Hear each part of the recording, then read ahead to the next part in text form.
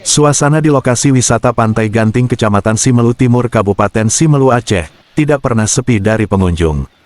Hal tersebut diungkapkan oleh owner kafe dan pemilik lokasi wisata Pantai Ganting. Destinasi wisata Pantai Ganting setiap harinya rutin dikunjungi oleh warga masyarakat lokal maupun dari luar daerah.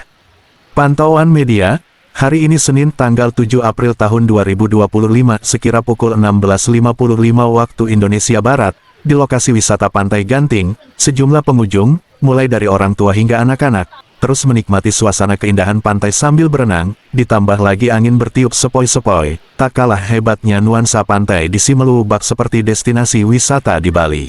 Gimana suasananya? Bagus, rame orang mandi-mandi, terutama anak-anak kecil yang mandi-mandi. Pada kesempatan itu, Anto mengatakan, puncak pengunjung liburan Hari Raya Idul Fitri 2025, kemarin hari Minggu tanggal 6 April tahun 2025, sangat ramai dan padat dikunjungi. Untuk hari ini, pengunjung sudah mulai berkurang, namun setiap harinya lokasi wisata Pantai Ganting ini tidak pernah sepi dari pengunjung. Selain itu, Anto juga mengeluhkan terkait dengan sampah. Ianya berharap dari dinas terkait dapat memfasilitasi tong sampah, agar pantai tetap terjaga kebersihannya dan senantiasa elok dipandang mata. Alhamdulillah untuk pengunjung kemarin ramai, hari ini sudah masuk kerja, sudah mulai berkurang. Berarti di Pantai Ganting ini hari-hari biasa tetap ada yang dikunjungi ya? Alhamdulillah ada, selalu ada. Nggak pernah kosong. Nah, Ganting tetap nomor 1.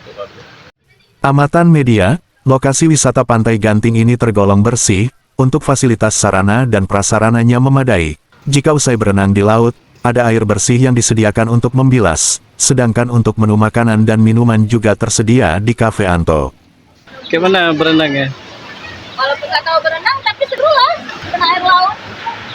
Demikian sekilas info MNTV Jurnalis.